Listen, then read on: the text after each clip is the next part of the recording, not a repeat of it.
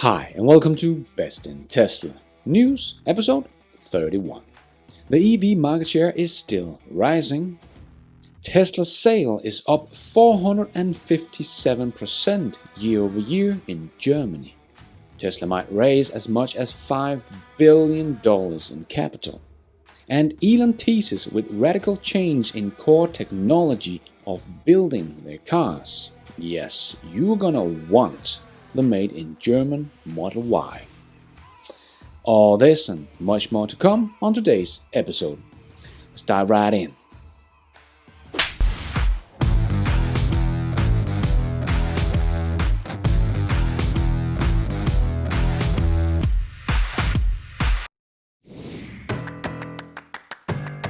Before we get started, I just want to make a quick shout out to my newest Patreons.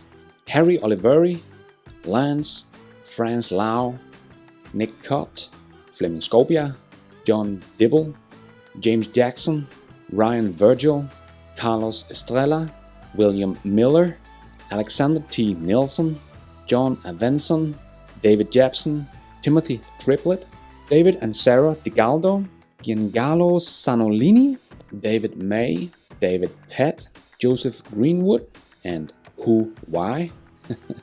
And a big thanks to Stefan Druin. Thank you so much for all your support, and I am now only 7 patrons away from my first goal. Thank you so much, guys. And let's get into the news.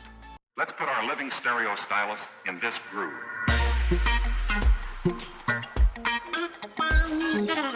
Tesla may dilute the share a bit, and S&P 500 is playing hard to get. First, the S&P did tweet about how well Tesla is doing, and I thought this was kind of a clue of them getting ready to include them in the index fund. But then on Friday, we hear they have included 3 other companies, but not Tesla. 3 companies that combined are still worth 9 times less than Tesla. I am by no means an expert in S&P 500 index, but if this index fund should be representative of the US stock market, I would think that Tesla should be included. It generates tens of billions in revenue per year, has been profitable in 4 quarters in a row, and is worth over $300 billion. And the Tesla stock has been doing better than the S&P 500, so it should strengthen the index to include Tesla. So for them not to include Tesla, smells a bit fishy to me. But we will have to wait and see what will happen, and if you are a long-term investor, this really does not matter. But Tesla has also made interesting announcement, because they just announced that Tesla will potentially make $5 billion capital raise. They have not done this yet, but they will get the ability to sell shares to the market and get the money for that. Something I did say they would do, but got a lot of hate because Tesla would never make another secondary share offering because that would dilute the stock. Yes, but that is exactly what Tesla is preparing to do. This will not dilute the stock much with this high price it is at right now, and if they are only going to raise $5 billion, it will not dilute the stock more than a bit over 1%, depending on when they will do it, of course. I think it's a very good idea, because if the S&P 500 at some point will include Tesla and only buy the stocks from the floated stocks, they will buy up about 20% of the stocks available, and that will make the stock price skyrocket. And it will not be a bad idea, in my opinion, to dilute the stock at least a little bit, so the stock price will rise more smoothly. And Tesla will get billions of dollars in the bank and can maybe use some of these billions to make Tesla grow even faster, building more factories and so on. Because I don't think Tesla need to raise capital, so I do believe they're doing this to grow faster and invest in new technologies and machines and so on. And I do believe after Battery Day the stock will rise. And after we see the result of Q3, that is looking to be a strong quarter, it will rise even more. So still believe it's a good idea for Tesla to make this secondary share offering to dilute the stock a bit, because it will rise many times more over the next couple of years. It will probably even rise a good deal within this year, with all the good things that are coming. But now we just have to wait and see if S&P will ever make Tesla included in the index. And if so, will they just buy the stock from the floated stocks, or are they approaching Tesla to buy them directly from Tesla, as we have seen S&P 500 do in the past, so not unlikely. But time will tell. But Tesla is preparing for a secondary share offering. The next year with Tesla is just going to be crazy. Can't wait to see all they're going to do. And if you have still not got it, the electric vehicles are coming, and they're coming fast. Plug-in vehicle shares in Sweden are up 3 times more year over year. In Sweden, they continue to grow its plug-in vehicle electric market share in August 2020, reaching 28%, up from 8.7% in August 2019. It is still plug-in hybrids that are the most popular, but the 3 BEVs in the top 10 is of course the Tesla Model 3 ranking 3rd and the brand new Polestar 2 ranking 2nd. Very nice to see the Polestar getting a good start there, and number 1 is Kia Niro.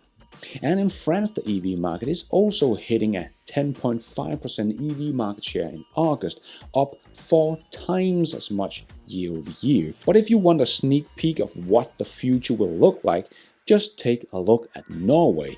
In August, the plug-in vehicle market was almost 70% of the total car market. Wow! And the fully battery electric vehicles was 48.4% of the market. Just amazing, and it has happened in just a few years. This is how fast the market can adapt to EVs. Yes, they are coming faster than people think. And Germany is riding the trend as well. Tesla sales are up 457% year over year, driving an unprecedented rise in electric vehicle sales in the country. Comparing the January to August 2020 period to January to August 2019 period, Tesla is the only car brand recording sales growth with 11.2%. Just take a look at this chart. Accordingly, Tesla is the only automaker to sell more vehicles in Germany this year than in the same period last year. And this also means that Tesla took almost 18% of the electric vehicle market share in Germany in August. And as many has talked about, the Tesla sales in Europe is down in July, and here comes the big boys. But I simply just don't understand how Tesla works. It is the same every year. Every quarter in Europe starts off weak because that is when Tesla is shipping cars from the US to Europe, and then the sales starts picking up again in the second half of the quarter. And that is exactly what we are seeing again this year. And September sales will probably be even higher than August sales in countries like Germany. So we can expect a record sales number in Germany in Q3. And all this before Gigafactory 4 is even built. Can you imagine what will happen when Tesla can just spit them off the assembly line in Germany straight out to customers? And the Made in Germany Model Y will be something new. The one thing we always hear the bears and haters talk about is the build quality. But as I have made a whole video about, Tesla is improving their build quality faster than anyone else, and I still believe they will have the best built cars in the world in 5 years' time. And Elon also just went to the Gigafactory 4 in Berlin, and he teased us with the Model Y they will make in Germany, which is going to be a radical redesign in the core technology of building the car. I already think the car I have is really nicely built, but I think we can expect Tesla to bring some real German build quality to the table with Gigafactory 4. That would be even better and more innovative than what German automakers even have today, which is already world class. It's not just a copy of the Model Y. It's actually a radical redesign of the core technology of building a car.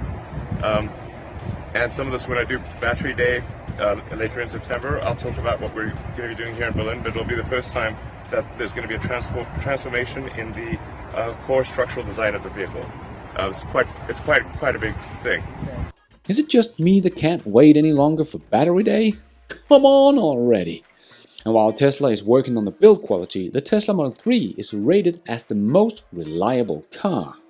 Motoring publication What Car recently conducted its annual What Car Reliability Survey, which reveals the best and worst vehicle in the UK market today when it comes to reliability. This year the study included nearly 13,000 car owners who were asked about how dependent their vehicle have been over the previous 12 months. For this year, What Car also decided to ask owners how much they had to pay to get their vehicle problem fixed and how long the repair process took. The Tesla Model 3 was deemed as the most reliable executive car today in Britain, electric or otherwise. Only 5% of the Tesla Model 3 owners who participated in the survey reported having issues with their vehicles, and even then the problem were only connected to the car's interior trim. Despite these faults, the Tesla Model 3 owner noted that the car could still be driven without any problems. Even better, the issue, once reported, were fixed in a day or less at zero cost. Thanks to customers' positive response to the Model 3, the vehicle earned a stellar 99.4% reliability rating from What Car's survey, placing the vehicle ahead of all electric cars and executive vehicle regardless of what type of propulsion. In comparison, the Mercedes C-Class only scored 87.3 in reliability rating, so the Tesla Model 3 is the most reliable car you can get. And I can definitely vouch for that. I have been driving 55,000 kilometers in my Tesla Model 3 over the last 15 months, and I have done nothing to it. No service, no issues.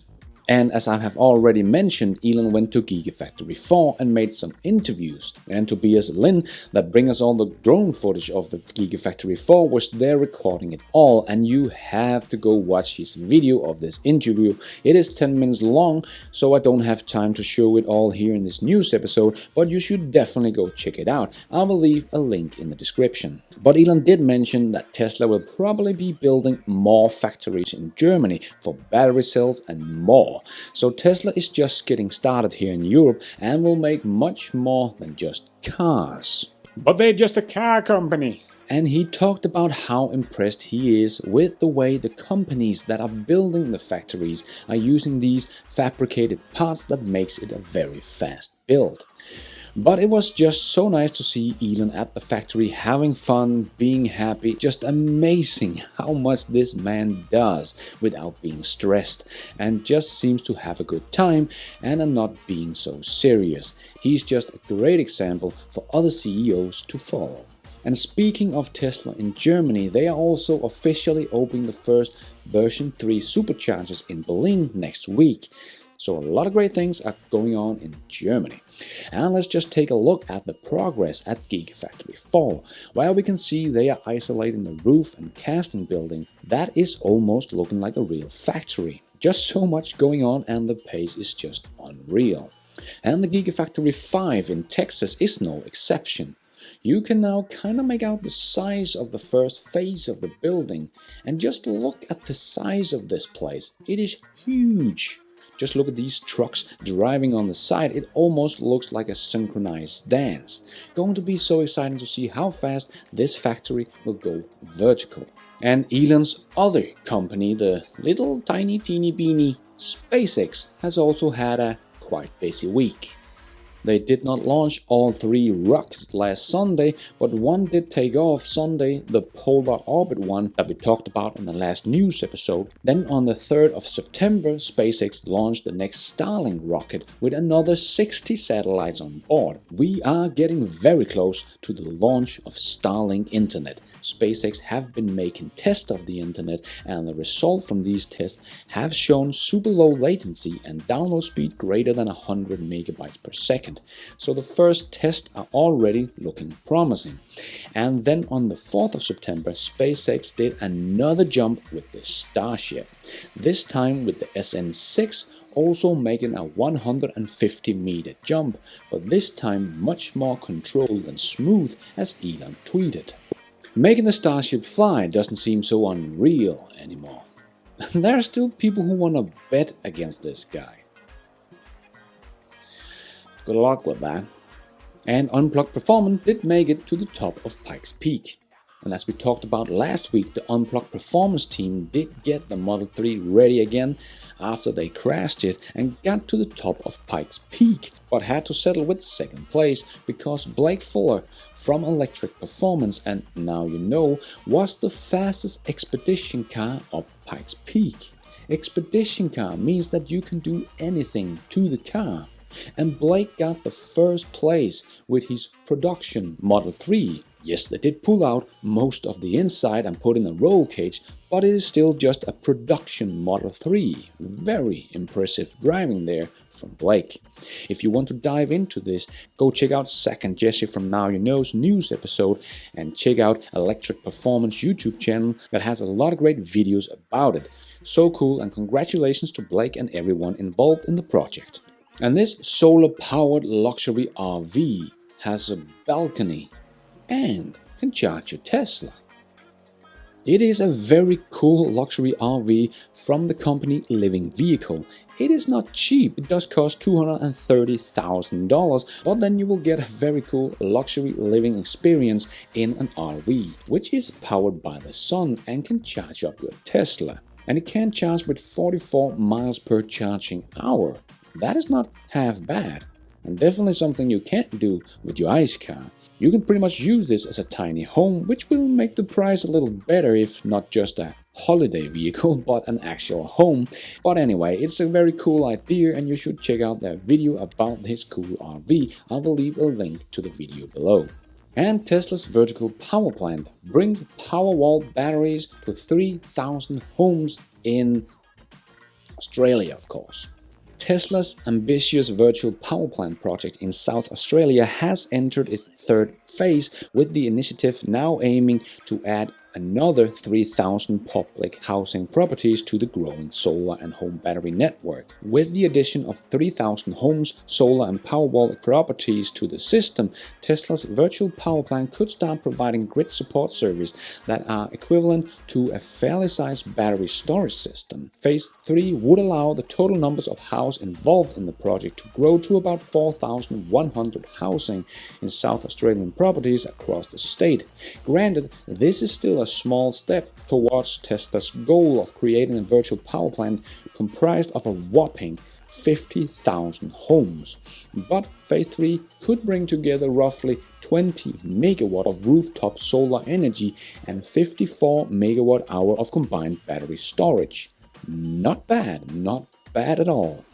The project is just so exciting because this could become a very normal thing in the future, especially in places like Australia, where they do have a lot of outage. And Tesla is working on providing them with the solution with solar, batteries and the software out of beta, and this could easily become a very big business for Tesla on a global scale.